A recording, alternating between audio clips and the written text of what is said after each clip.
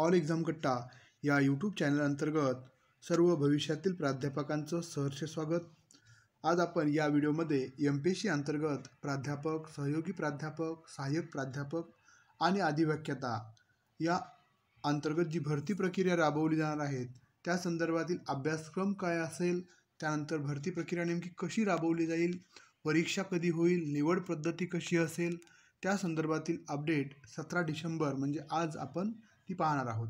जर आपण या चॅनलला नवीन असाल तर नक्कीच लाईक आणि सबस्क्राईब करायला विसरू नका, जेणेकरून या स्वरूपातील सर्व माहिती तुम्हाला या चॅनलमार्फत मिळणार आहे। त्याचबरोबर सेट नेटची तयारी करत असाल, शिक्षक भरती असेल, प्राध्यापक भरती असेल, त्यानंतर वेगवेगळ्या विद्यापीठामध्ये प्राध्यापक भरती असेल, या संदर्भातील सर्व माहिती आपल्याला याच प्लॅटफॉर्ममार्फत मिळू शकते। त्याचबरोबर आपण यासाठीच व्हॉट्सअप आणि टेलिग्राम या दोन्ही ऑनलाईन प्लॅटफॉर्मवर ग्रुप बनवलेले आहेत। त्याच्या लिंक, त्या ग्रुपला जॉईन करायचं असेल त्याच्या लिंक याच व्हिडिओच्या खाली डिस्क्रिप्शन बॉक्स आहे त्यामध्ये दिलेले आहेत, त्यावर क्लिक करून तुम्ही ते ग्रुप जॉईन करू शकता। मित्रांनो, आज 17 डिसेंबर 2023 बघा, 26 ऑक्टोबरला जाहिरात आली होती। त्यानुसार ही MPSC अंतर्गत जाहिरात क्रमांक 112, 113, 114, 115 पर्यंत जर आपण पाहिलं तर ही सर्व पदे, वेगवेगळे पद वेगवेगळ्या विषयातून प्रसिद्ध झालेले आहेत। आता यासाठीचा नेमका अभ्यासक्रम काय असणार आहे, तर जर आपण तयारी करत असाल तर आपल्याला एकच पेपर असणार आहे, तो देखील 200 गुणांचा असणार आहे। परीक्षा होणार आहे हे आता निश्चित झालेलं आहे। तर एकच पेपर तुमचा जो आहे तो 200 मार्काचा आणि त्यासाठीचे प्रश्न असणार आहेत। 100 प्रश्न असतील, प्रत्येक प्रश्न हा 2 मार्कासाठी असणार आहे। अशा पद्धतीनं 200 मार्काचा परीक्षा असणार आहे आणि 50 मार्काचा इंटरव्ह्यू, 50 मार्क हे तुमचे इंटरव्ह्यूचे। अशा पद्धतीनं एकंदरीत 250 मार्कावर तुमची भरती प्रक्रिया राबवली जाणार आहे। आता अभ्यासक्रम काय असेल, आता बघा, आपण वेगवेगळ्या विषयातून नक्कीच फॉर्म भरलेला असणार आहे। तर अभ्यासक्रम नेमका काय असेल, तर आता जे आयोगामध्ये MPSC अंतर्गत जो आयोग आहे त्यामध्ये सदस्य आणि अध्यक्ष हे धरून एकूण 5 सदस्य आहेत। एकूण 5 सदस्य आहेत। तर त्या 5 सदस्यामध्ये जी चर्चा चालू होती म्हणजे आजच्या घडीची, तर त्यामध्ये असं मत आहे की काही सदस्यांचं मत आहे की आपण विषयानुसार अभ्यासक्रम ठेवूयात आणि त्यानुसार परीक्षा घेऊन त्यांची निवड प्रक्रिया राबवूयात। आणि एक दुसरा विचारप्रवाह असा होता की आपण विषयानुसार न घेता कॉमन म्हणजे सर्वांसाठी, सर्व विषयाच्या विद्यार्थ्यांसाठी एकच अभ्यासक्रम ठेवूयात, म्हणजे त्याला सर्वांसाठी एकच अभ्यासक्रम, मग तो कोणत्याही विषयाचा असेल। कारण की बरं, ह्या दोन्ही विचारप्रवाहांचं असं मत आहे की आपण त्या विद्यार्थ्याचं जे विषय ज्ञान आहे ते त्या वेळी, जसं सेट नेटच्या वेळेस परीक्षेमध्ये पेपर 2 आहे त्यावेळेस तुमचं चेक केलेलं आहे। त्यामुळे तुम्हाला आता फक्त निवड प्रक्रिया करायची, जी चाळणी प्रक्रिया करायची, ही फक्त प्राध्यापक, अधिव्याख्याता किंवा सहयोगी प्राध्यापक या पदासाठी डायरेक्टली तुमची नियुक्ती करायची। तर यासाठी एक कॉमन परीक्षा घेतली जाईल आणि त्यानुसार ती निवड प्रक्रिया हवी, असा एक मत आहे। आणि दुसऱ्या गटाचं मत आहे की विषयानुसारच तुमची निवड प्रक्रिया घेण्यात यावी, विषयानुसार।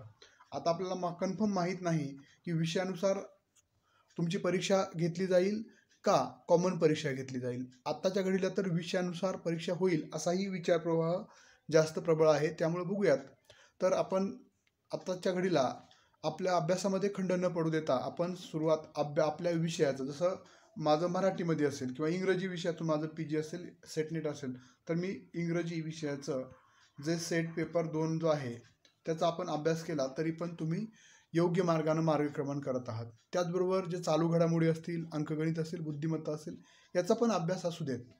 तर आत्ताच्या घडीला तुम्ही विषयानुसार, कारण की तुम्हाला विषयानुसारच तुम्हाला इंटरव्ह्यूला जे 50 मार्काचा इंटरव्ह्यू असणार आहे तिथं देखील तुमच्या विषय ज्ञानच बऱ्यापैकी प्रेझेंट करायला किंवा एखाद्या वेळेस, कारण आयोगामध्ये आपण जर बघितलं तर 3 सदस्यांचं B.Ed आहे, अध्यक्षांचं पण B.Ed आहे, त्यानंतर सेक्रेटरीचं पण B.Ed आहे आणि एक दुसरे देशपांडे सरांचं पण B.Ed आहे। त्यामुळं त्या तिन्ही सदस्यांचं एक टीचिंग लर्निंग संदर्भातील जो अप्रोच असणार आहे, दृष्टिकोन असणार आहे, तो नक्कीच तुम्हाला प्रश्न विचारले जाणार आहे। त्यामुळं तर हे सुरुवातीला तुम्ही तुमच्या विषयाचाच अभ्यास करा। कारण की अभ्यासक्रम कधी जाहीर होईल, तर अभ्यासक्रम 100% सांगतो जानेवारी 2024ला 100% अभ्यासक्रम निश्चित होणार आहे, म्हणजे जाहीर होईल आपल्याला काय आहे, कॉमन आहे का विषयानुसार आहे, हे तुम्हाला 100% जानेवारी 2024 मध्ये कळणार आहे. आता अभ्यासक्रम काय असणार आहे तुम्हाला सांगितलंय, एकतर विषयानुसार असेल किंवा तुमचा कॉमन असेल. तर विषयानुसार सध्या तर तयारी करा तुम्ही. तुमचा जो विषय आहे, तुमचा UGचा सेटनेटचा जो विषय, तो विषयाची तयारी करा. आता ज्या विद्यार्थ्यांनी 2 विषयातून सेटनेट असतील त्यांनी दोन्ही विषयातून तयारी करायची आहे, कारण तुम्हाला दोन्ही विषयातून परत इंटरव्ह्यूला प्रश्न विचारले जाणार आहेत, तुम्ही ज्या ज्या विषयातून पात्र व्हाल त्यानुसार. आता परीक्षा कधी होईल या संदर्भात अनेक विद्यार्थ्यांचे फोन आले, मेसेज आले. तर मित्रांनो, परीक्षा ही मे किंवा जूनमध्ये, जून 2024ला तुमची परीक्षा होणार आहे. त्यानंतर त्याचा निकाल लागेल जुलैपर्यंत. आपण जुलै ऑगस्ट, इंटरव्ह्यू होतील सप्टेंबरमध्ये, आणि इंटरव्ह्यू झाल्यानंतर लागली त्याचा निकाल म्हणजे सप्टेंबर ऑक्टोबरपर्यंत तुमची ही पूर्ण भरती प्रक्रिया राबवली जाऊ शकते. आता सध्या कोणत्या अभ्यास करायचा तुम्हाला सांगितलं की तुमच्या विषयाचाच अभ्यास करायचा आहे, ज्या विषयातून तुम्ही पात्र झाला आहे. परीक्षा कधी होईल सांगितलेलं आहे. जे विद्यार्थ्याचे मेसेज किंवा प्रश्न आले त्यानुसार आपण निवड प्रक्रिया कशी केली जाईल. आता इथं खूप संदिग्ध आणि खूप छान प्रश्न भरपूर विद्यार्थ्यांनी विचारला आहे. मित्रांनो, निवड प्रक्रिया याचं थोडं डिफिकल्टी एवढीच आहे की जर तुम्ही आता एखादा विद्यार्थी NT कॅटेगरीचा असेल, बघा निवड प्रक्रिया कशी राबवली जाते. एखादा विद्यार्थी NTC कॅटेगरीचा असेल आणि NTCच्या जागा असतील बरोबर 5 जागा असतील. कोणत्या आहे? असिस्टंट प्रोफेसर कोणत्याही ज्या अर्ज केला, सहाय्यक प्राध्यापक, सहयोगी प्राध्यापक, लेक्चरर, 5 जागा आहेत असं आपण गृहीत धरूयात. एकूण टोटलमध्ये NT कॅटेगरीच्या 5 जागा आहेत आणि त्यातल्या 3 जागा ह्या जनरलला आहेत, म्हणजे पुरुषही आणि स्त्रियांसाठी, आणि 2 जागा ह्या आरक्षित महिलांसाठी असतील. तर तुम्ही NTCचे जे विद्यार्थी ते 3 जागेसाठीच पात्र आहेत. आता जर विषयानुसार जर परीक्षा झाली, जसं की बघा आता मराठी, हिंदी सर्व विषय जे आहेत त्या विषयानुसार जर परीक्षा झाली तर असं होईल की ज्या परीक्षेचा पेपर, म्हणजेच जसं मराठीचा पेपर सोपा निघाला आणि NTCचे विद्यार्थी, मराठीचे 3 विद्यार्थी आहेत आणि ज्यांना चांगले मार्क पडले. आता मेरिट कसं लावलं जातं बघा, एकंदरीत ह्याच्यामध्ये त्या जाहिरातीमध्ये एकूण 5 जागा आहेत, बरोबर आहे. 5 जागामध्ये काय होईल, त्या NTच्या 5 जागाचा विचार केला जाईल. त्यातले 3 जागा आपण बघितल्या जनरलला आणि 2 जागा लेडीजला. आता ह्या 2 आणि ह्या 3 जागा कशा भरल्या जातील, एकूण तुमचं NTCचा आपण विचार करतो, एक उदाहरण म्हणून सांगितलं तुम्हाला NTC, तर प्रत्येकच कॅटेगरीचं असंच होणार आहे. आता बघा, जर मराठीचा जर पेपर सोपा निघाला आणि मराठीच्या पेपरला NTCच्या 3 विद्यार्थी आहेत जे टॉपर आहेत, म्हणजे NTCचे एकूण सर्व विषयाचे विद्यार्थी आणि त्याच्यातला सर्वात टॉपर कोण आहे, कोणत्या विषयाचा आहे, त्या विषयाची जागा ते विद्यार्थी भरून जाईल. म्हणजे एकच विद्यार्थी NTCच्या जागा 3ही जागा खाऊ शकतो. जर त्या NTCच्या जागा असतील तर 3ही जागा हे NTCच्या विद्यार्थी जाईल मराठीच्या. म्हणजेच NTCचा विद्यार्थी, दुसरे NTCचे विद्यार्थी बाकीच्या विषयामध्ये जसं की कॉमर्समध्ये, इकॉनॉमिक्समध्ये टॉपर असतील तरी देखील त्यांचा विचार केला जाणार नाही, कारण सर्वात जास्त मार्क कोणत्या विद्यार्थ्याला मिळालेत, मराठी विषयाच्या विद्यार्थ्यांना मिळालेत. त्यामुळे ती जागा मराठी विषयाचेच विद्यार्थी घेतील. अशा पद्धतीनं हे होऊ शकतं. जर विषयानुसार सिलेबस निघाला आणि एखाद्या विषयाची प्रश्नपत्रिका सोपी पडली आणि एखाद्या विषयाची अवघड पडली तर अशा पद्धतीची तफावत होऊ शकते. यावेळेस नक्कीच तुम्हाला, म्हणजेच जर विषयानुसार सिलेबस झाला तर अशा पद्धतीची तफावत निर्माण होऊ शकतं असं काही सदस्याचं मत आहे. आणि जर कॉमन सिलेबस झाला, बघा कॉमन सिलेबस जर झाला सर्वांसाठी सेम असला तर तरी देखील NTचे जे विद्यार्थी जास्त मार्क घेतील तर त्याच विद्यार्थ्यांना त्या विषयाची जागा मिळेल. अशा पद्धतीची एकंदरीत निवड प्रक्रिया राबवली जाणार आहे. आता सामाजिक आरक्षणाचं मी तुम्हाला उदाहरण दिलं की जसं NTCचं म्हणजे 3 जागा ह्या अशा पद्धतीनं जाऊ शकतात. त्यामुळं जर आपण ओपनमधून म्हणजे NT कॅटेगरीमधून जायचं असेल तर तुम्हाला वयाचा आधार घेता येतो. जसं की तुम्हाला 45 सहाय्यक प्राध्यापकासाठी तुम्ही कॅटेगरीचं आरक्षण घेऊन 45 वयापर्यंत जाऊ शकता. पण जर तुम्हाला ओपनमध्ये लढायचं असेल तर तुम्हाला 38 वर्षाचं वय लागतं. तेच विद्यार्थी ओपनमधून दावा करू शकतात. आता ओपनच्या वेगवेगळ्या पोस्टनुसार वेगवेगळ्या जागा आहेत. त्यामुळं जर तुमचं वय 38च्या पुढे असेल तर तुमचा विचार ओपनमध्ये केला जाणारच नाही, फक्त कॅटेगरीमध्येच केला जाणार. त्यामुळं कदाचित कॅटेगरीचं मेरिट हे जास्त लागू शकतं. परत यश मिळवण्यासाठीची रणनीती काय असावी, बघा सर्वात छान प्रश्न विद्यार्थ्यांनी काय विचारला होता.